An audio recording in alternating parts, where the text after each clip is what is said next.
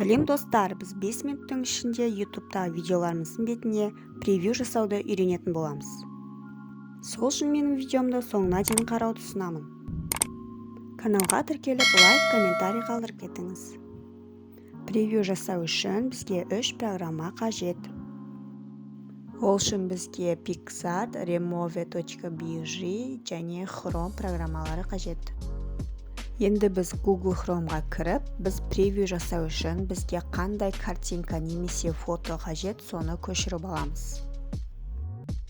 Мен мысал ретінде қазір маған YouTube-тың значогы керек деп, YouTube-тың значогын көшіріп аламын. Керекті значокты көшіріп алғаннан кейін, бағанағы екінші программа Remove.bg программасына кіремін. Өзіме қажетті фотоны таңдаймын, және ол фото PNG форматқа айналады, оны сохранить етіп аламыз. Енді мен өзімнің фотомды осы программаға салып, артық фонын удалить етіп, только өзімнің суретімді ғана PNG форматқа өзгертемін.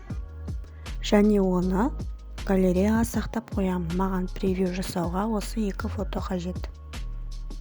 Керекті фотоларымызды PNG форматқа аударып алдық. Енді біз Pixar программасына кіреміз.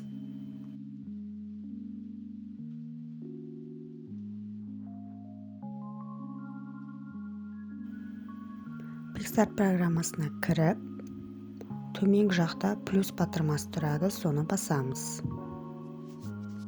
Плюс батырмасын басқаннан кейін өзімізге қажетті фонды таңдаймыз, немесе кез келген өзіңіздің алдын ала дайындап көшіріп қойған галереядағы фонды да таңдауға болады. Фонның түстері өте көп, өзіңізге ұнаған кез келген түсті таңдауға болады. Мен ашық розовый түсін таңдадым. Реклама шықса, X-ті басамыз жоғарыдағы. Инструментыға кіріп, обрезать деген батырманы басамыз, төменгі жақта 16:9 форматын таңдаймыз. Енді добавить фото батырмасын басып, өзімізге қажетті фотоларды таңдаймыз. Таңдаған фотоларды үлкейтуге, кішірейтуге болады. Оны жанында тұрған стрелка арқылы тартып формаға келтіреміз. Және сол қойылған фотоның сыртына граница жасауға болады. Кез келген түсте граница жасауға болады. Мен жасыл түсті таңдадым.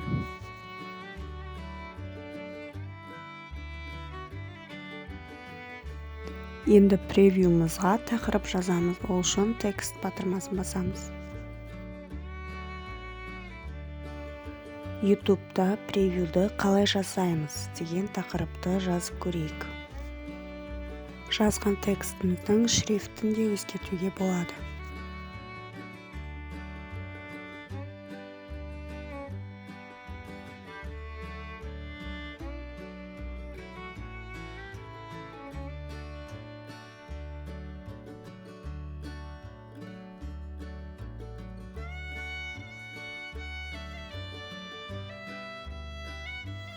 Жазған тексттегі сөздерді бірінің астына бірін түсіреміз, сыйымды болу үшін.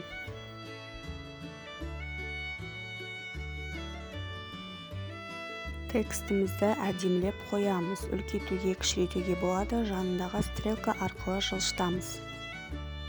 Тексттің сыртына обводка қоямыз. Оның да түсін таңдауға болады. Енді төменгі жақтағы тен деген батырманы таңдаймыз. Ол біздің жазуымыздың анық, әдемі көріну үшін қажет. Превьюмызды жасап болдық. Жоғарыдағы галочка белгісін басып, галереяға сақтап аламыз. Менің каналыма тіркелуді және қоңыраушаны басуды ұмытпаңыздар. Әрдайым менің жаңа видеоларымды көретін боласыздар. Лайк, комментарий күтем. Сау болыңыздар.